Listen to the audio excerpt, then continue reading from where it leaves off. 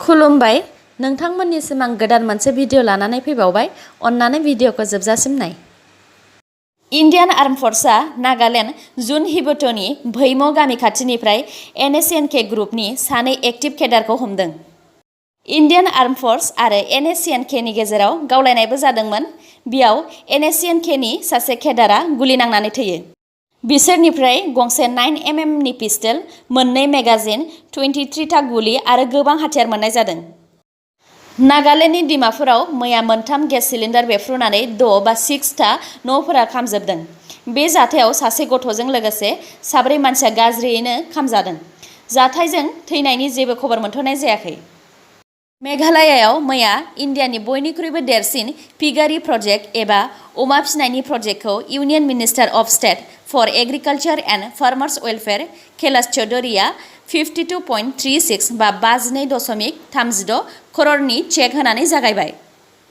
बे प्रजेक्टनि गेजेरजों मेघालयाव थानाय 35,000 बा 35,000निबो बारा अमा फिग्रा नखरफोरा गोबां मुलाम्फा मोनगोन। लोगोसे 5,000 खामानि गैयै मानसिफोरा खामानि मोननो हागोन। US स्टेट डिपार्टमेन्टआ प्रेसिडेन्ट डनाल्ड ट्राम्पनि अर्डार मथे दासिम चाइनिजनि 1000 स्टुडेन्टस आरो रिसार्चार्सफोरनि भिजाखौ दाननानै होबाय होननानै मैया एनाउन्स खालामदों। US स्टेट डिपार्टमेन्टआ बुंथिनाय बायदिब्ला चाइनिजफोरा USआव अफिसियेलि स्टुडेन्ट जानानै USनि गोबां सेक्रेट इनफरमेशनखौ चाइनिज मिलिटारिनो हरखुमायोमोन। बेनि थाखायनो USआव थानाय चाइनिज स्टुडेन्टस आरो रिसार्चारफोरनि 1000 भिजाखौ केन्सेल खालामनानै होबाय। सनितपुरनि बरसला बिलाव नाव बेलथायनानै 3 मानसि थैदों। बिसोरो गासै 6 जनमोन बा 6 जनमोन। बिसोरो नावजों ना हमनो थांदोंमोन। थैनायफोरनि मुङा पानिराम बसुमतारी, लक्ष्मी बर' आरो महेश्वर बर'। दिल्ली मिउनिसिपेल कर्परेसनआ डेंगु आरो मेलेरियाखौ होबथानो थाखाय दिल्लीयाव थाम्फै बुथारग्रा स्पेशल ट्रेनखौ लन्च खालामबाय। बे ट्रेननि गेजेरजों ट्रेननि फारनैबो साइडथिं 60 बा 60 मिटार्स गोजानसिम केमिकेल स्प्रे खालामनानै थाम्फैखौ बुथारनो हागोन। इन्डियानि प्रेसिडेन्ट रामनाथ क'विन्दआ बलिउडनि एक्टर परेश रावतखौ नेशनेल स्कुल अफ ड्रामानि गोदान चेयारमेन खालामबाय। क'क्राझार डिस्ट्रिक्टआव मैया सासे बर'आ COVID-19 जों थैबावबाय। बिनि मुङा राजकुमार बसुमतारी सेसाफानीनि। मिथिनाय बायदिब्ला राजकुमार बसुमतारीनाव 5 सेप्तेम्बरावनो COVID-19 पजिटिभ मोनदोंमोन आरो बिथाङा COVID-19 नि गोदान नियम मथे न'आवनो हम आइसोलेसन थादोंमोन। बिथाङा मैया जोबथा हां लाबाय। आसाम पुलिसआ ड्राग्सनि फालांगिफोरखौ हमनो थाखाय दासान्दि गोख्रों खामानि मावगासिनो।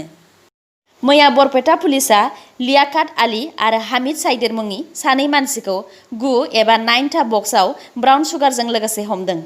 बिसोर सानैया ब्राउन सुगारखौ गंसे स्विफ्ट डिजायर गारिजों डिमापुरनिफ्राय बरपेटासिम लाबोगासिनो दंमोन। Serum institute of इन्डियाया Oxford university आरो एस्ट्राजेनेकानि COVID-19 नि भेक्सिन कविशील्डनि फेज 3 ट्रायलखौ इन्डियायाव बन्द खालामथ'बाय। मानोना बेनि ट्रायलखौ UK नि सासे हिन्जावनो होनायाव बिनि देहाया सिगांनिफ्राय गाज्रिसिन जादोंमोन। बे हिन्जावनाव भेक्सिन होखांनायनि उनाव स्पाइनेल इनफ्लेमेशन एबा सिनस्रिनि इनफेक्शन जादोंमोन। बिदि जानायनि उनावनो आरोबाव कविशील्ड भेक्सिननि सायाव नायबिजिरबावनो थाखाय दोनथ'बावनाय जाबाय। कविशील्ड भेक्सिननि ट्रायलखौ इन्डियायाव ड्राग्स कन्ट्रलार जेनेरेल अफ इन्डियानि अर्डार मोनोबानो खालामफिननाय जागोन। कंगना रानाउतनि बान्द्रा अफिसाव इलिगेल कनस्ट्राक्शन जादों होननानै महाराष्ट्र गभर्नमेन्टनि अर्डाराव BMCआ अफिसखौ बुफाय बुसि खालामदोंमोन। बेनि हेंथायै कंगनानि लयारआ बम्बे हाई कर्टआव पेटिशन फाइल खालामनायाव कर्टआव मैया हियारिंमोन। मैया हियारिंआव BMCआ गांसे एफिडेविट फाइल खालामदोंमोन। बे एफिडेविट फाइलनि फिननायखौ होनो थाखाय कंगनानि लयारआ माखासे सम बिदों। दा बेनि थाखायनो नेक्स्ट हियारिंखौ 22 सेप्तेम्बराव खालामगोन। बलिउडनि पपुलार रेपार आरो MTV रडिसनि मेन्टर राफ्तारआ गावनाव COVID-19 पजिटिभ जानायखौ इन्स्टाग्रामनि गेजेरजों मैया फोरमायदों। बिथां राफ्तारआ दा गावखौ हम आइसोलेसन खालामनानै लाबाय। बिथां राफ्तारआ MTV रडिसनि श'आव थांनो थाखाय COVID-19 टेस्टखौ खालामजादोंमोन होननानै फोरमायदों। इन्डियायाव बानायनाय बयनिख्रुइबो स्पिडसिन खारनो हानाय इलेक्ट्रिक बाइक KRIDN खौ अक्ट'बर 2020 आव मार्केटआव लाबोनाय जासिगोन। बे बाइकखौ सिगां दिल्ली NCR, बेंगालुरु, चेन्नाइ आरो हायद्राबादाव लाबोग्रोनाय जागोन।